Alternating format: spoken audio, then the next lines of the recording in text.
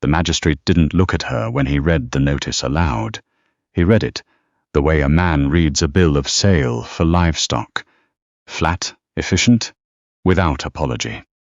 Clara Voss died owing the Dominion Land Office 11 months of delinquent lease payments on the homestead at Kettle Creek, totaling $43.80. Her daughter, one Orin Voss, age 22, residing at the same property, is hereby ordered to vacate the premises within 14 days or enter into a labor arrangement sufficient to cover the outstanding debt.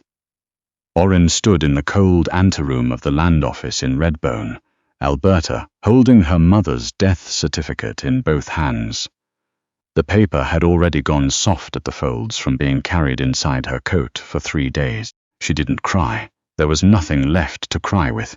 She had used it all up in the 48 hours between her mother's last breath and the frozen ground that wouldn't take a shovel. Outside, the September wind was stripping the last yellow leaves off the aspens. By October, the Kettle Creek Road would be impassable. By November, the cabin would be a snow-buried box. By spring, if no one paid the lease, the land office would nail a notice to the door and auction the timber rights to someone who didn't care that her mother's hands had planted every fence post by herself.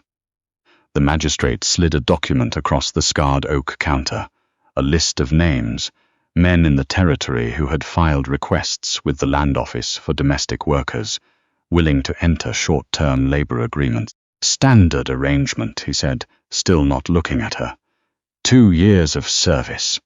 Debt is cleared on completion. You'd be placed before the end of the week. Orin looked at the list. She recognized 2 of the names. One ran the tannery on the south end of Redbone. He was known for something she didn't want to name in a government office. The other was Walt Gruber, the feed merchant, who was 63 years old, and whose last hired girl had left in the middle of winter without taking her coat. She folded her mother's death certificate carefully and put it back inside her jacket. "I'll think on it," she said. She walked out into the wind. The man who saved her didn't ride in on horseback. He didn't arrive at all, in the traditional sense. She found him, or rather, she collapsed 20 feet from his door. It had been 4 days since the land office. Orin had walked north out of Redbone with 32 cents, a wool blanket, a tin pot, and a decision that she would sooner freeze to death in the Rocky Mountain foothills than sign her name to any document that put her at the mercy of Walt Gruber or anyone like him. She had a rough idea of where her mother's cousin, a trapper named Stell, had built a camp near the Whitefall Ridge. She had been there once as a child. She remembered a creek that ran east to west and a ridge line shaped like a broken tooth. What she hadn't accounted for was that she was going north in September in the Canadian Rockies, wearing a coat designed for a town, not a mountain, and that the creek she was following had flooded its banks in the summer thaw and carved itself an entirely new channel she didn't recognize. By the 4th afternoon she was wet from the knee down. Her left boot had come apart at the sole, and the temperature was dropping towards something serious.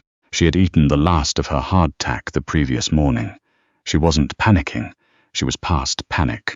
She was in that cold, grey, very dangerous place that sits just this side of giving up, where the body starts making quiet compromises with the inevitable.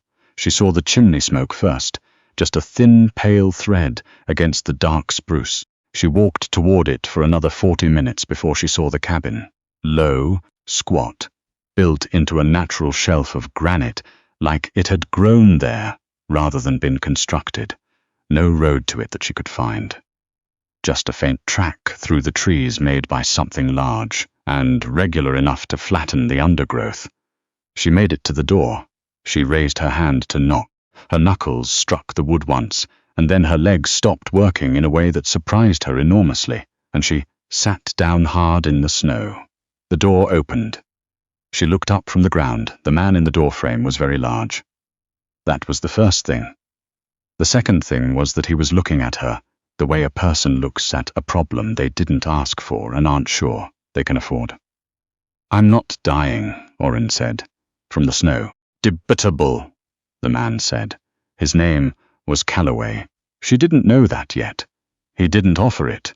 He reached down and got her upright with the kind of efficiency that suggested he'd dealt with worse things than a half-frozen woman on his doorstep and considered it best to simply proceed. He brought her inside, sat her near the iron stove, and disappeared back outside without a word. She heard him moving around out there for a long time. She didn't have the energy to wonder why. The cabin was plain and purposeful, no decoration. An iron stove that radiated serious heat. A table with two things on it, a tin cup and a field knife with a worn handle. One bed against the back wall under a pile of furs. Snowshoes on one wall. A brace of rifles on another. Everything had a place and everything was in it. There was nothing soft about the room except the heat, and even that felt functional rather than welcoming. When Calloway came back in, he was carrying a bundle of birch bark and an expression that hadn't changed. He was somewhere in his late 30s, maybe 40, dark-haired, going grey at the temples. A full beard, not the soft kind. Broad through the shoulders in a way that came from actual work rather than intention.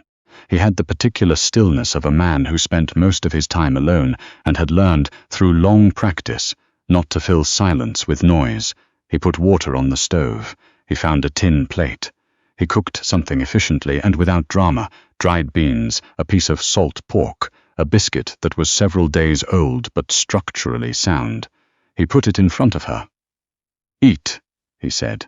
She ate. "There's a trapper," she said when the edge had come off the hunger. "Man named Stell, works out of Whitefall Ridge. He's a relation of mine. If you could point me—" "Stell Voss," Calloway said. She stopped. "You know him?" "Knew him." He was looking at the stove. He moved his camp east in July, pulled out of this territory entirely. Dispute with one of the logging outfits. Orin set the tin plate down very carefully on the table. That was the last plan. The only one.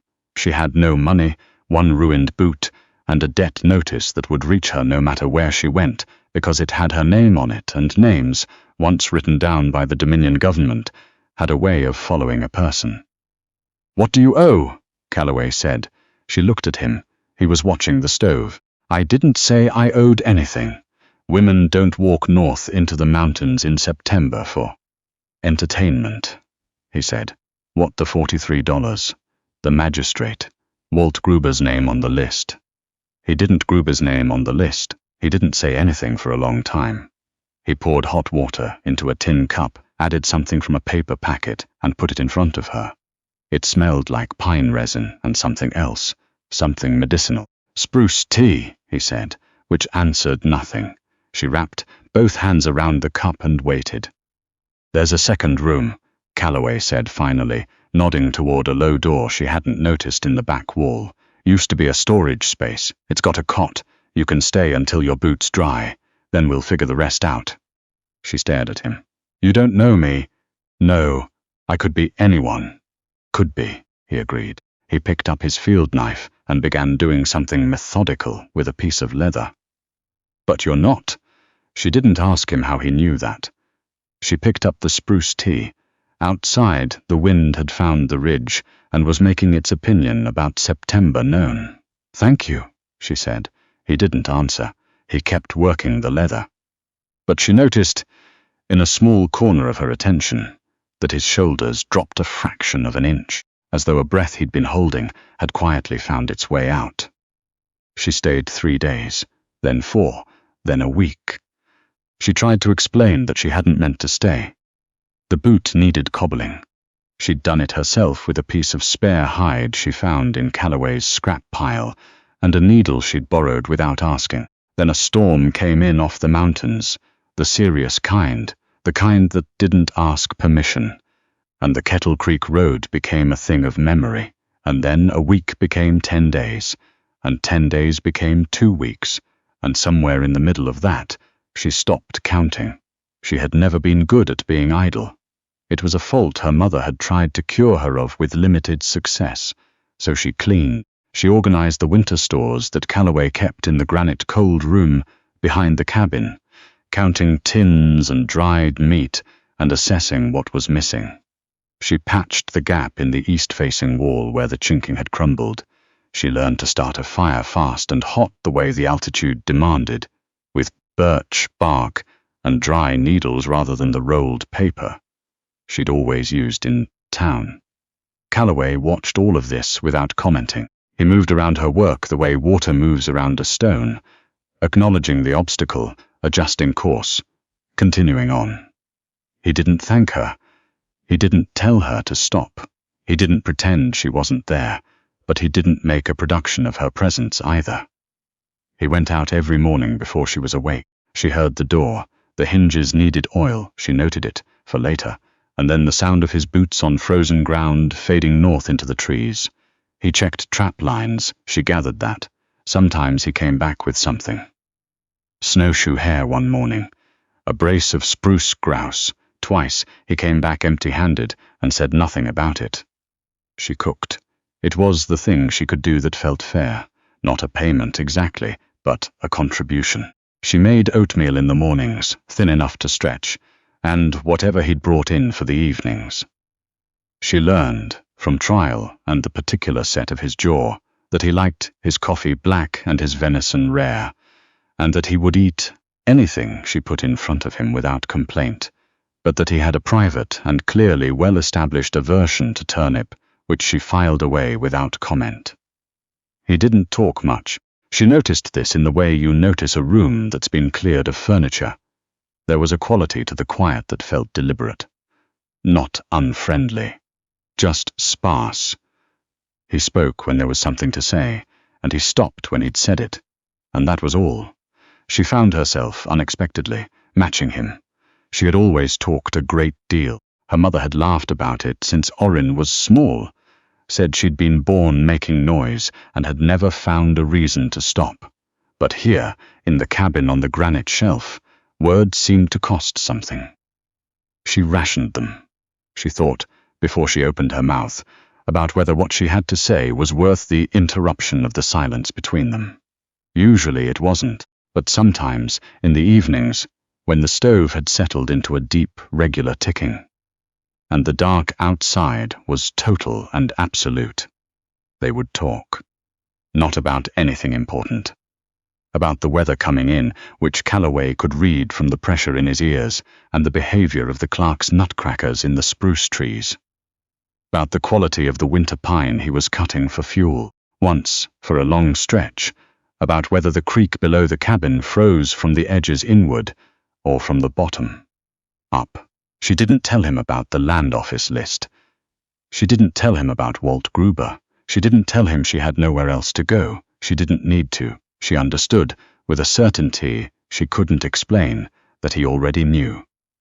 The trouble came on a Tuesday. Trouble in the mountains generally didn't check the calendar.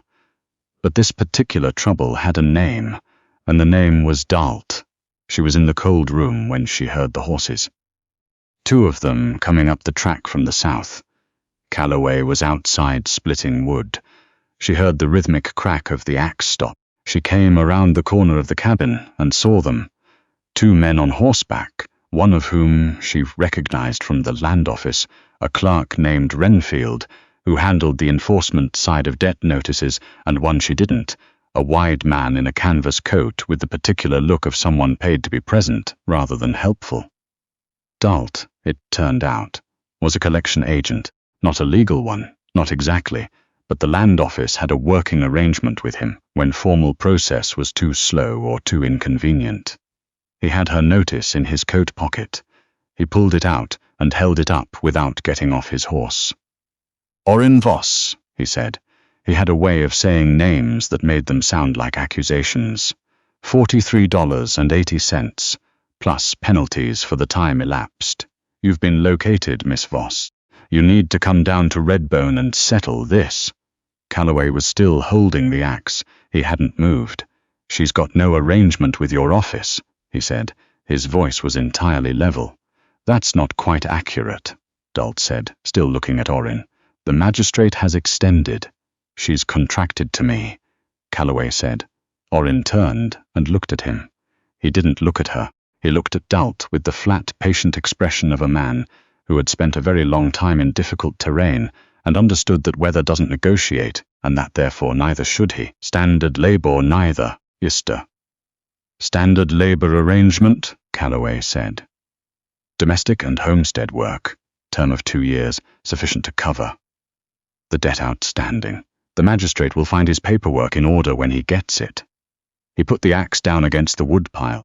I know the land office agent in Drumheller personally. If there's any question about the validity of the arrangement, he can confirm the terms.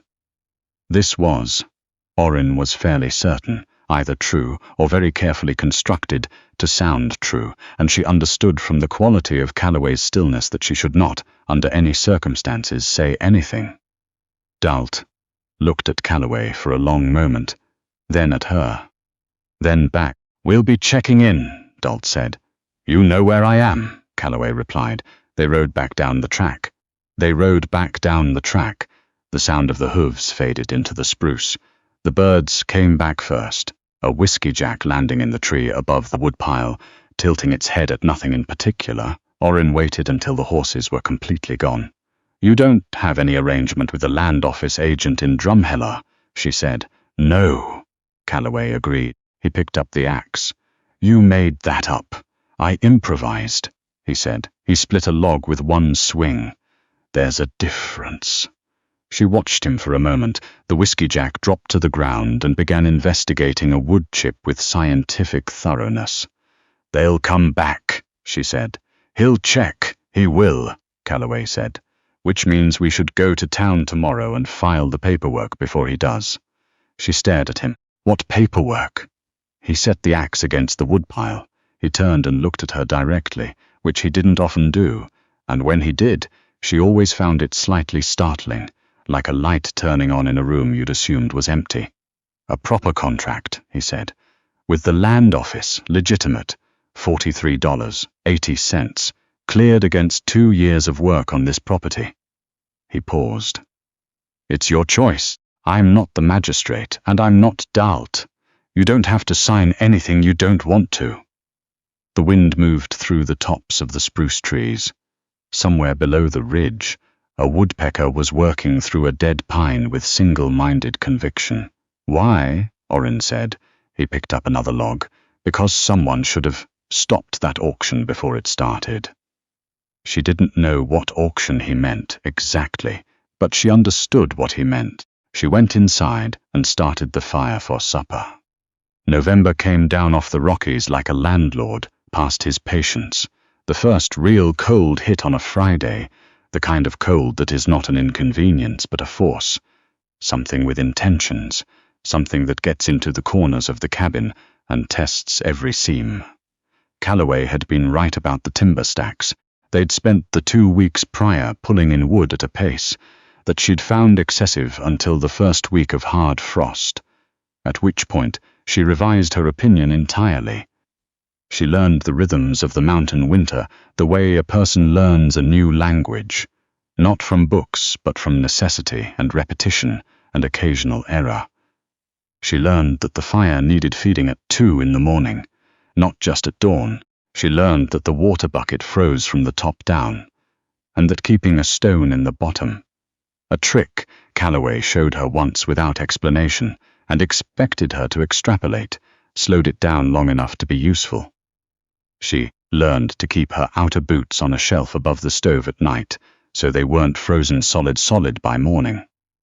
Calloway didn't explain these things. He demonstrated them once, or simply did them, and she watched and retained.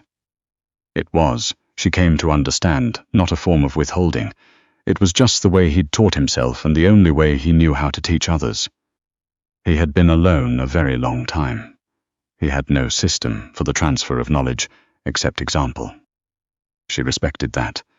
She had been taught by her mother in exactly the same way. She thought about her mother often that November, not with the raw, open grief of the first weeks after, but with the quieter kind, the kind that sits down next to you at odd moments without asking.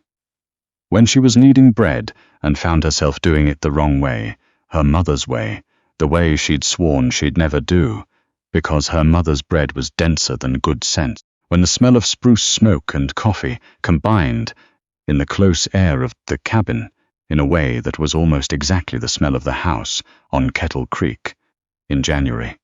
She didn't say any of this to Calloway. But once, when she was sitting at the table in the evening and thought she was alone in her silence, he put a second cup of coffee in front of her without being asked, and when she looked up, he had already gone back to the thing he was doing, which was mending a broken snowshoe frame, and he had the particular concentrated look of a man who had noticed nothing and was making a point of continuing to notice nothing. She drank the coffee. The worst night of that winter arrived without theatrical announcement. There was no great storm, no screaming wind, just a deep, brutal, structural cold that settled into the mountain on a Wednesday evening and committed to it the way stone commits to its shape. Calloway had been quiet all day, which was not unusual. But it was a different kind of quiet. Not the comfortable kind, the working kind, but something with an edge to it she couldn't identify. He came in from the tree line in the early afternoon and went directly to the wood stove without taking off his coat. He stood with his back to her, his shoulders slightly raised, and she had the distinct impression that he was in pain. And choosing not to announce it. "Calloway," she said. "It's nothing," he said, before she'd asked. "I haven't said anything yet." He turned around. His face was composed, but she had been watching his face for 2 months, and she was better at reading it than he knew. There was a quality of careful neutrality to it that only appeared when something was wrong. He had slipped on the ice on the north slope, he told her, with the terse efficiency of a man completing an unpleasant administrative task.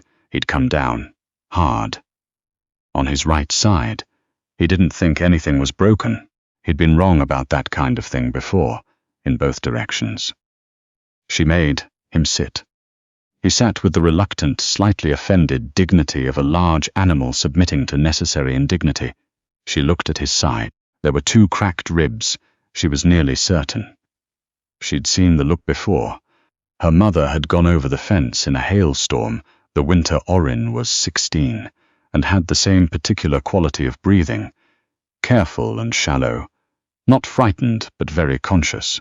She wrapped his ribs with strips of flannel, tight enough to brace, not tight enough to restrict. He said nothing throughout this process, except once, when she pulled a strip tighter than expected, a sharp intake of breath that he turned into a cough, which didn't fool either of them.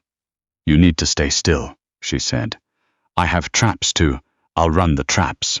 He looked at her, not with surprise, exactly, with assessment. "You don't know where they are," he said. "Then show me." He showed her. Not that evening. She wouldn't let him stand up. That evening, which required a degree of negotiation that she suspected neither of them had expected to be necessary. But the next morning, sitting at the table with a piece of birch bark and the knife he always kept within reach, he drew her a map of the line, every set, every landmark, every instruction rendered in the economical, precise shorthand of a man who had been navigating this specific mountain for 15 years and knew it the way she knew the sound of her own name. She ran the traps for 11 days. It was cold, difficult work, and she was not naturally suited to it. But she was stubborn in the way that is not the same as brave, but frequently produces similar outcomes. She came back each afternoon. She learned to read the snow for the signs he'd told her to look for. She did not get lost, which she understood from the quality of his relief each evening when she came through the door, but was not something he'd entirely taken for granted. He worked tamed. He was not a good type. He worked the table when he thought she wasn't looking. On the snowshoe frame, on the small equipment repairs that accumulated over a winter, she let him for the most part.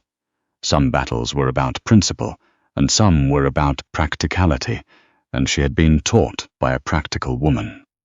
But in the evenings, when the stove was banked and the cold pressed close against the glass, and the silence was the good kind, the kind that had texture and warmth in it, he talked more than he had before.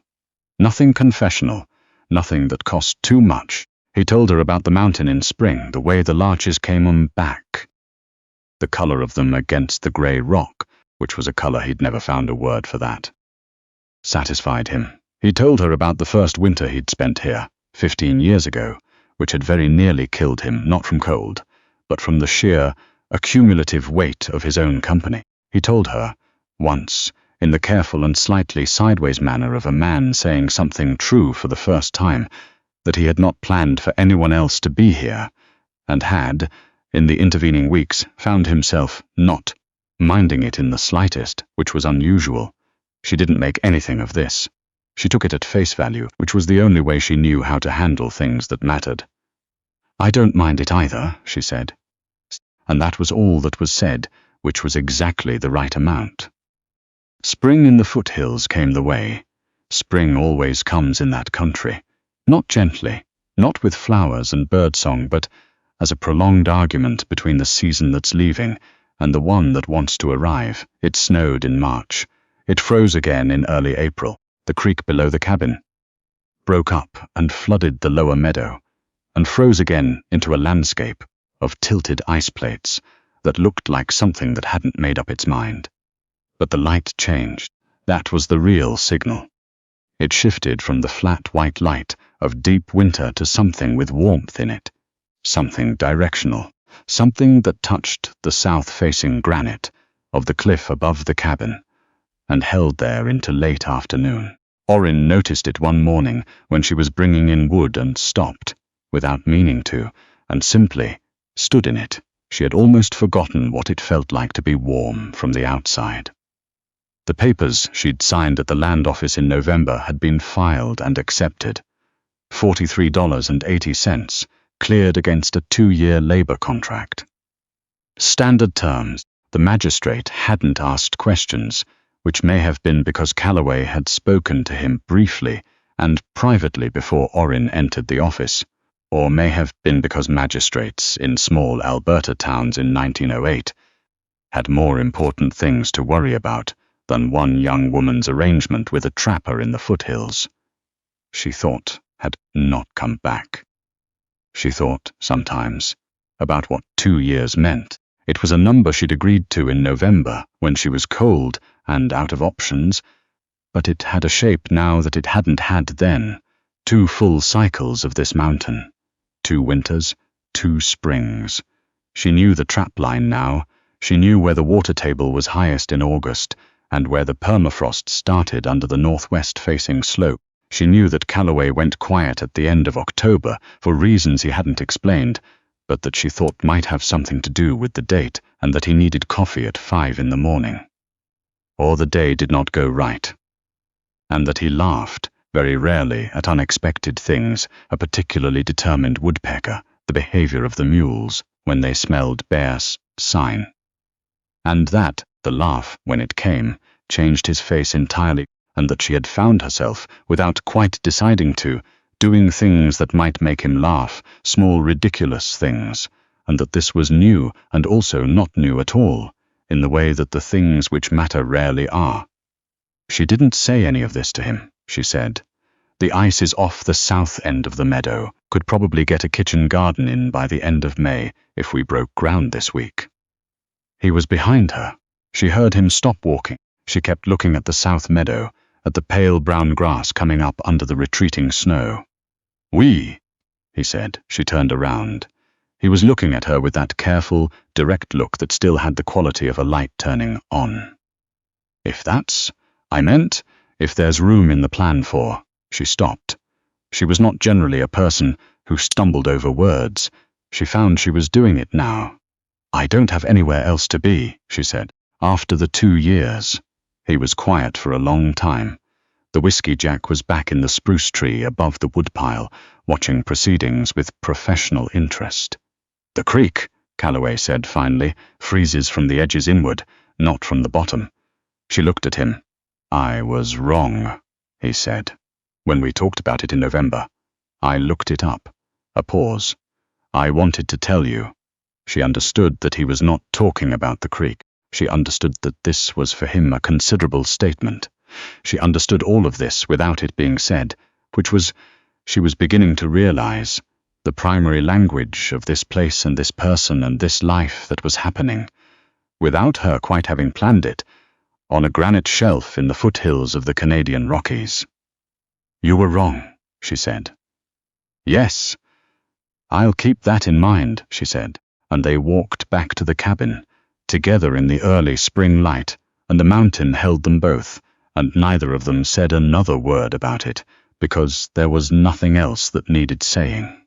The West wasn't settled by people who had somewhere better to go.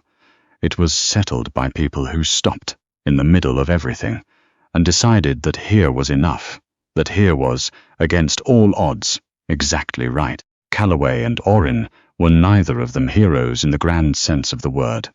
They were just two people who had been worn down to their essential grain by loss and solitude and cold, and who found, in the improbable proximity of a granite cabin on a foothills ridge, that what remained of them fit together in a way that felt less like luck and more like the kind of rightness you only recognize after you've spent a long time without it, if that resonates with you.